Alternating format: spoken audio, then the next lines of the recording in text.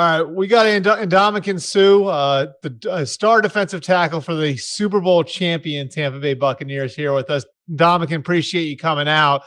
Let's start here. What does this mean for you? Obviously, 11th year of your career, you've been in 4 different places. Just what's the personal significance of winning a ring at this stage of your career? Yeah, from a personal standpoint, it's the ultimate goal. I was super blessed early on in my career and throughout my career to be able to have a bunch of individual accolades and a lot of success in those manners, from Pro Bowls to All Pros and so forth and so on. And really, just on this later half of being able to continue to play at a high level, has always had the ultimate goal to win a championship.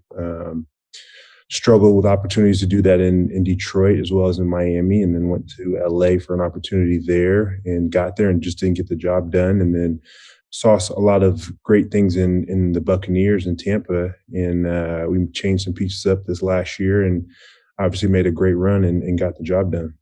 When you signed there in the first place, I like you, it was a little bit of a leap of faith. You mentioned the Rams. The Rams were a playoff team before you went there, right?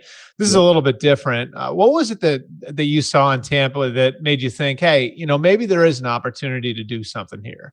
It was just the ability to look at the young roster and then Jason Light and understanding what they wanted to do, as well as BA and his mindset and his focus, and being able to talk with him. And then truthfully, the main linchpin was Todd Bowles.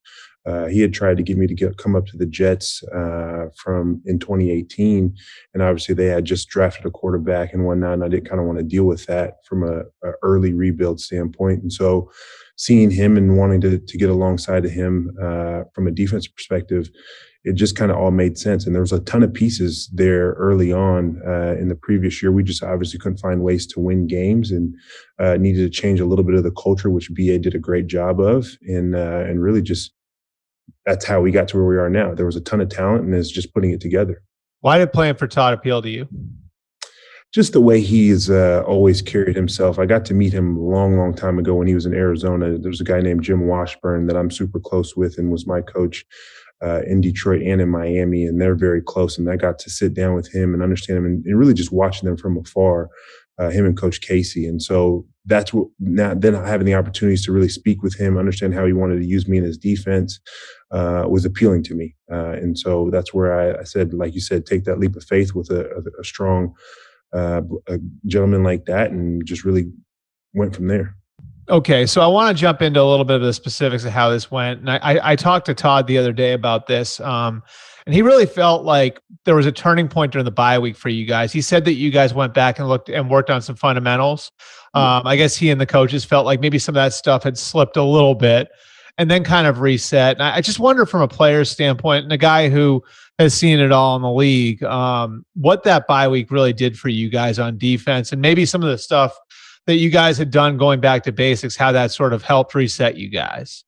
Yeah, without question. I think we got into the notion of going, because our bye week was so late, just making sure everybody was getting to the game rather than kind of working on our crafts, and that we really hone into each and every single week or day when we're in camp. So having that bye week, getting a lot of good rest at the same time working on our fundamentals, allowed us to say, all right, hey, this is what we need to work on. This is how we are. And we're in a great situation to get ourselves into a great playoff push, whether that's the 5 seed or a little bit higher, but depending on things, how they fall. But then I think the most important piece is we did this, especially in our particular room, in the defensive line room, we did a good, bad, and ugly tape where we went back and looked at all the good things we did, all the bad things, and all the ugly things that really killed us, and made heavy emphasis of those pieces. And so honing in on those things, this is a copycat league. People are just going to follow the lead of how you got beaten before, and then you go back and you got to find ways to stop that and really plug that drain. Okay, the Super Bowl specifically, then, I know it's obvious, like some of the stuff that the younger guys in the back end learned from playing Kansas City the first time, where, and I know it was from a game planning standpoint too, putting 2 safeties back and all of that. From a defensive line standpoint, was there stuff that you guys took from that first Chiefs game that was, important in facing them again?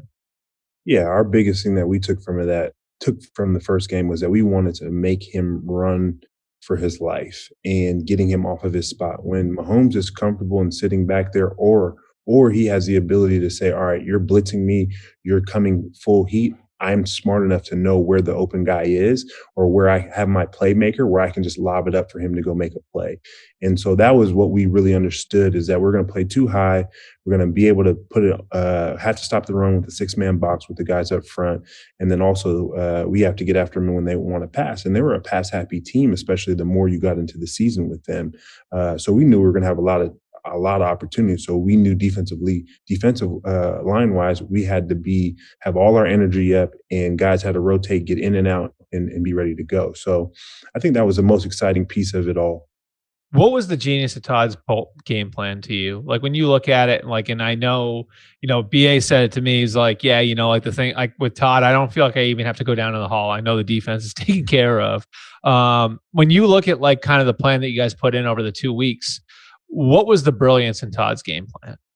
I think the brilliance was the simplicity, and a lot of things that Coach Bowles is known for is how creative he can be. And we had those creative blitzes, and we had those things up, and we ran a couple of them. And like I said, trying to flush him out to his left and having a spy ready to go to take him down. But I think he also had the confidence in us up front and really the secondary guys to make sure they take away the first read, which is what we preach all the time in practice for those 2 weeks. Take away the first read, and it's on the front seven to get them down. And having that simplicity, then also being able to throw some things in there from a coverage standpoint and a couple blitzes here and there. I mean, I think it was a simplicity that we didn't feel like we had to be overcomplicated to beat them. Okay, he is a Super Bowl champion defensive tackle now from the Tampa Bay Buccaneers. Appreciate you coming out, Ndamukong. Thank you. I appreciate your time.